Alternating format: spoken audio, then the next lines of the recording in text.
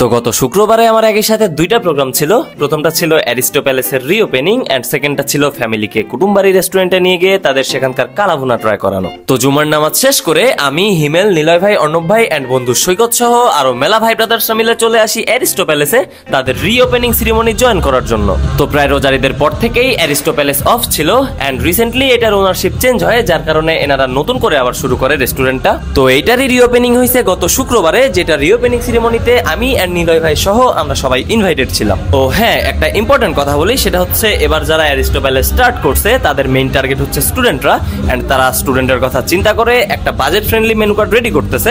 তাই স্টুডেন্টরা অ্যাটেনশন, বিশেষ করে এনএস কলেজের স্টুডেন্টরা। তো যাই হোক, রেস্টুরেন্ট ওপেনিং শেষ হয়ে গেলে আমরা ভাই ব্রাদার্সরা মিলে সবাই একসাথে লাঞ্চ করি এন্ড লাঞ্চ করার শেষে আমি সেখান থেকে বের হয়ে যাই কুটুমবাড়ি রেস্টুরেন্টের উদ্দেশ্যে। যদিও মাঝ রাস্তায় বৃষ্টিতে আটকায় যাই, বাট বৃষ্টি থামার কোনো নামই নিতেছিল না, যার কারণে আমরা বৃষ্টিতে ভিজতে ভিজতেই চলে আসি কুটুমবাড়ি রেস্টুরেন্টে।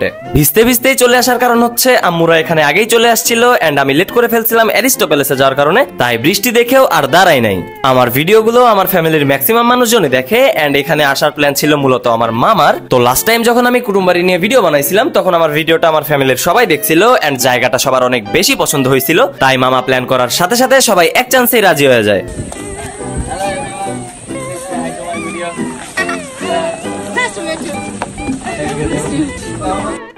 ফ্যামিলি নিয়ে এখানে আসার টোটাল দুইটা কারণ ছিল। প্রথমটা হচ্ছে এই জায়গাটা মারাত্মক লেভেলের সুন্দর এন্ড সবার অনেক পছন্দ হয়েছে এন্ড দ্বিতীয় কারণ হচ্ছে এখানকার 180 টাকা দামের কালাভুনা এন্ড খিচুড়ির প্ল্যাটার। তো আমি আসার আগেই মামা এন্ড ভাইয়া মিলে প্ল্যাটার গুলো অর্ডার করে রাখছিল এন্ড আমি আসার পরে সবাই একসাথে মিলে বসে খাওয়া শুরু করি। প্রায় মেলা দিন পরে তিনটা ফ্যামিলির মানুষ এভাবে একসাথে বাইরে বের হয়েছে। তিনটা ফ্যামিলি বলতে আমার বাড়ির লোকজন, নানু বাসার লোকজন এন্ড আমার মামনির বাসার লোকজন এন্ড এখানে যতগুলো হিট্টু পিট্টু দেখতেছেন ম্যাক্সিমামই আমার কাজিন। শুধু আমার নিজের ছোট বোন আছে হিট্টু পিট্টুদের মধ্যে। তা বাদে ওই যে সবুজ পাঞ্জাবি পরা যে পোলাডারে দেখতেছেন ওইটা হলো আমার নিজের ভাই।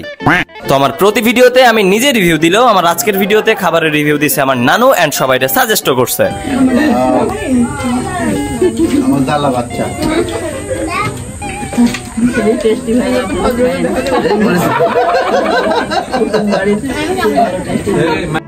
তো নানু যেহেতু সাজেস্ট করছে তাই আপনাদের সবার আসতেই হবে। যদি একবার আইসা থাকেন তাইলে আবার আসতে হবে, আমার নানুর সাজেশন বইলা কথা। তো প্রায় অনেকটা সময় পরে ফ্যামিলির মানুষজনের সাথে এভাবে বাইরে আড্ডা দেওয়া হয়েছে, যেটা সচরাচর আমার হয়ে ওঠে না। তো যতটুকু সময় ছিলাম সবাই একসাথে অনেক বেশি এনজয় করছি সবাই মিলে। যদিও আমি এখানে বেশি সময় থাকতে পারি নাই, কারণ সন্ধ্যার পরে আবার বন্দিয়াপুর বাসায় দাওয়াত ছিল, তো আমার আবার ওইখানে অ্যাটেন্ড করতে হয়েছে। তো যাই হোক, এই সেম ভিডিওগুলো ইউটিউবে দেখতে চাইলে আমার ইউটিউব চ্যানেলের সাবস্ক্রাইব বাটনে বাড়ি মারতে ভুলবেন না, লিংক প্রথম কমেন্টে দেওয়া থাকলো। তো আজকের মতো এই পর্যন্তই, দেখা হচ্ছে নতুন কোনো ভিডিওতে।